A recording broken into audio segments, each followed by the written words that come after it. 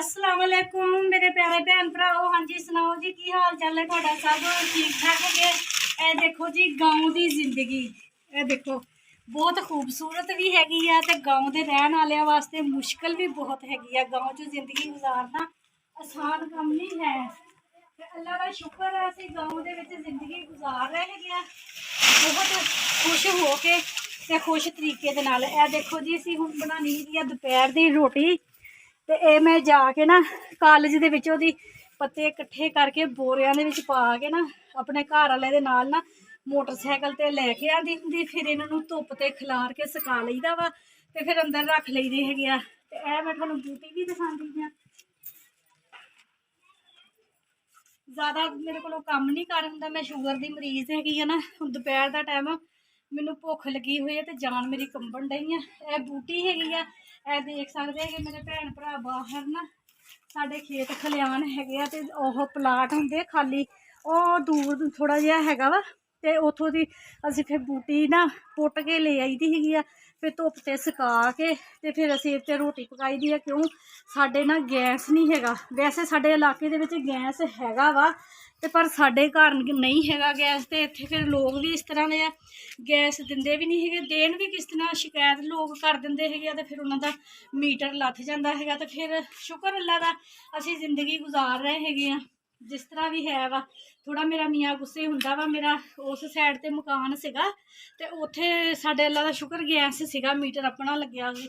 वो थोड़ा जिहा छोटा सीगा ते फिर माशाअल्लाह जिस तरह तुहानूं दस्सिया कि मेरियां 6 बेटियां हैगियां माशाअल्लाह बड़ियां वा बेटियां। ते अली हैदर ते मेरा तुसीं देखिया ही होना वा। अमान फातिमा ओ देख लो अमान फातिमा हाय मैं मर गई। माना मैंने 3 लीटर पी लिया तो मेरे पेड़े टल गए। आ देख लो जी अमान फातिमा ना अद्धी धुप्पे पई है ते अद्धी छावे पई हैगी है। ते देख लो मंजे छड्ड के थल्ले लिटी हुई है, ये मस्तनी बनी हुई है।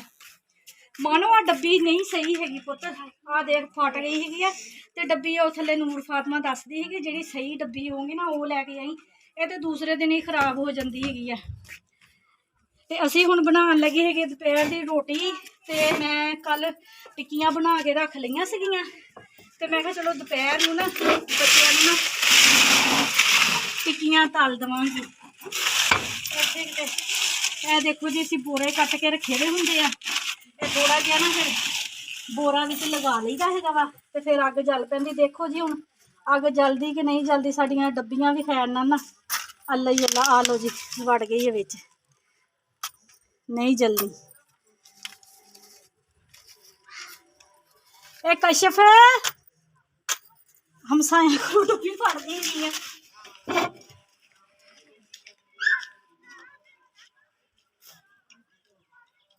कश्यप ओ पुत्त मैनूं पीला ये डब्बी फड़ाई आगे जलावन लगी तो डब्बी फट गई।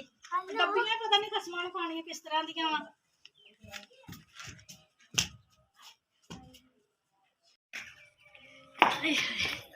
डब्बी लै ली है हमसाया करो तो मैं अग जला के फटाफट रोटी बना लवां।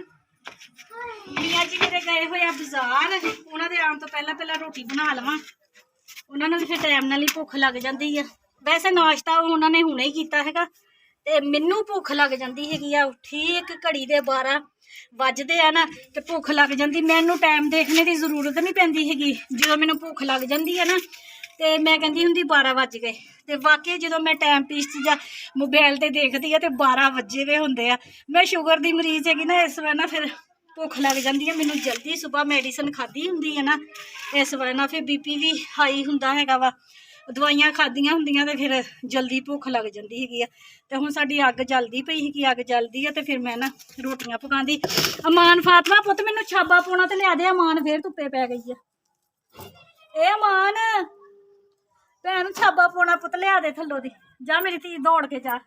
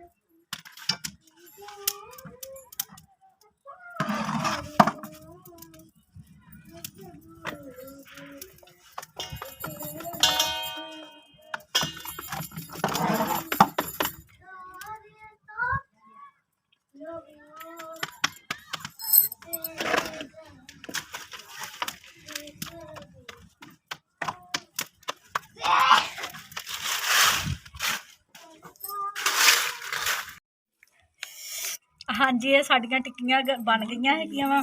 ਜਿਸ ਤਰ੍ਹਾਂ ਕਿ ਤੁਹਾਨੂੰ ਮੈਂ ਦੱਸਿਆ ਸੀਗਾ ਨਾ, ਮੈਨੂੰ ਬਹੁਤ ਜ਼ਿਆਦਾ ਭੁੱਖ ਲੱਗੀ ਹੋਈ ਸੀ। ਫਿਰ ਜਲਦੀ ਮੈਂ ਨਾ ਟਿੱਕੀਆਂ ਫਰਾਈ ਕੀਤੀਆਂ ਵਾ ਕਰਕੇ, ਤੇ ਅਸੀਂ ਹੁਣ ਬਹਿ ਕੇ ਰੋਟੀ ਖਾਂਦੇ ਪਏ ਆ। ਬਹੁਤ ਜ਼ਿਆਦਾ ਭੁੱਖ ਲੱਗੀ ਹੋਈ ਆ। ਤੇ ਸਾਡੀ ਵੀਡੀਓ ਪਸੰਦ ਆ ਰਹੀ ਆ ਤੇ ਲਾਈਕ ਕਰਨਾ, ਸਬਸਕ੍ਰਾਈਬ ਕਰਨਾ, ਘੰਟੀ ਦਾ ਬਟਨ ਲਾਜ਼ਮੀ ਦਬਾਉਣਾ ਹੈਗਾ ਵਾ। ਤੇ ਆਪਣਾ ਜ਼ਿਆਦਾ ਤੋਂ ਜ਼ਿਆਦਾ ਖਿਆਲ ਰੱਖਣਾ ਹੈਗਾ, ਆਪਣੇ ਹਮਸਾਇਆਂ ਦਾ, ਆਪਣੇ ਭੈਣ ਭਰਾਵਾਂ ਦਾ। ਮਾਂ ਬਾਪ ਦੀਆਂ ਦੁਆਵਾਂ ਲਿਆ ਕਰੋ, ਮਾਂ ਬਾਪ ਦਾ ਬਹੁਤ ਜ਼ਿਆਦਾ ਤੋਂ ਜ਼ਿਆਦਾ ਖਿਆਲ ਰੱਖਿਆ ਕਰੋ। ਮੇਰੇ ਅੰਮੀ ਅੱਬੂ ਇਸ ਦੁਨੀਆ 'ਚ ਨਹੀਂ ਹੈਗੇ, ਤੇ ਅੱਲਾਹ ਤਾਲਾ ਉਹਨਾਂ ਨੂੰ ਜ਼ਿਆਦਾ ਤੋਂ ਜ਼ਿਆਦਾ ਜੰਨਤ ਦੇ ਵਿੱਚ ਜਗ੍ਹਾ ਦੇਵੇ। ਠੀਕ ਆ ਜੀ। ਮੈਨੂੰ ਪਤਾ ਹੈਗਾ ਵਾ ਇਹ ਚੀਜ਼ ਕੀ ਹੁੰਦੀ ਆ ਮਾਂ ਬਾਪ, ਤੇ ਜਿਨ੍ਹਾਂ ਦਾ ਨਹੀਂ ਮਾਂ ਬਾਪ ਹੈਗਾ ਤੇ ਉਹਨਾਂ ਵਾਸਤੇ ਪੜ੍ਹ ਕੇ ਸਵਾਬ ਦਿਆ ਕਰੋ। ਜਿਨ੍ਹਾਂ ਦੇ ਹੈਗੇ ਆ ਉਹ ਆਪਣੇ ਮਾਂ ਬਾਪ ਦੀ ਸੇਵਾ ਕਰਿਆ ਕਰੋ। ਇਹ ਹੈਗੀ ਹੈ ਜੀ ਸਾਡੀ ਗਾँव ਦੀ ਜ਼ਿੰਦਗੀ, ਇਹ ਸਾਡੇ ਗਾँव ਦੀ ਸਭ ਕੁਛ ਹੈਗਾ। ਇਹ ਦੇਖੋ ਜੀ ਬਾਲਣ ਵੀ ਮੈਂ ਮੰਗਵਾਇਆ ਹੈਗਾ, ਹੁਣ ਫੇਰ ਉਹ ਪਰੇ ਬਾਲਣ ਪਿਆ ਹੈਗਾ, ਉਹ ਸੁਕਾ ਕੇ ਸਾਈਡ ਤੇ ਕਰ ਲਿਆ ਵਾ। ਤੇ ਡੱਕ ਮੰਗਵਾਏ ਹੈਗੇ ਆ, ਇਹਨਾਂ ਨੂੰ ਹੁਣ ਅਸੀਂ ਰੋਜ਼ਾਨਾ ਇਹਨੂੰ ਸ਼ਾਮ ਨੂੰ ਇਕੱਠੇ ਕਰਿਆ ਕਰਨਾ ਵਾ, ਸੁਬਾਹ ਫੇਰ ਖਿਲਾਰਿਆ ਕਰਨਾ, ਸੁੱਕ ਜਾਣਗੇ ਤੇ ਫਿਰ ਅਸੀਂ ਅੱਗ ਜਲਾਉਂਦੇ ਹੈਗੇ ਆ। ਤੇ ਅਸੀਂ ਹੁਣ ਖਾਣ ਲੱਗੇ ਆ ਰੋਟੀ। ਜਿਹੜਾ ਮੇਰਾ ਭੈਣ ਭਰਾ ਖਾਣਾ ਚਾਹੁੰਦਾ ਤੇ 100 ਬਿਸਮਿਲ੍ਲਾ ਸਾਡੇ ਘਰ ਆ ਕੇ ਖਾ ਸਕਦੇ ਹੈਗੇ। ਮੈਨੂੰ ਦਿਓ ਹੁਣ ਇਜਾਜ਼ਤ। ਠੀਕ ਆ ਜੀ, ਅੱਲਾ ਹਾਫਿਜ਼।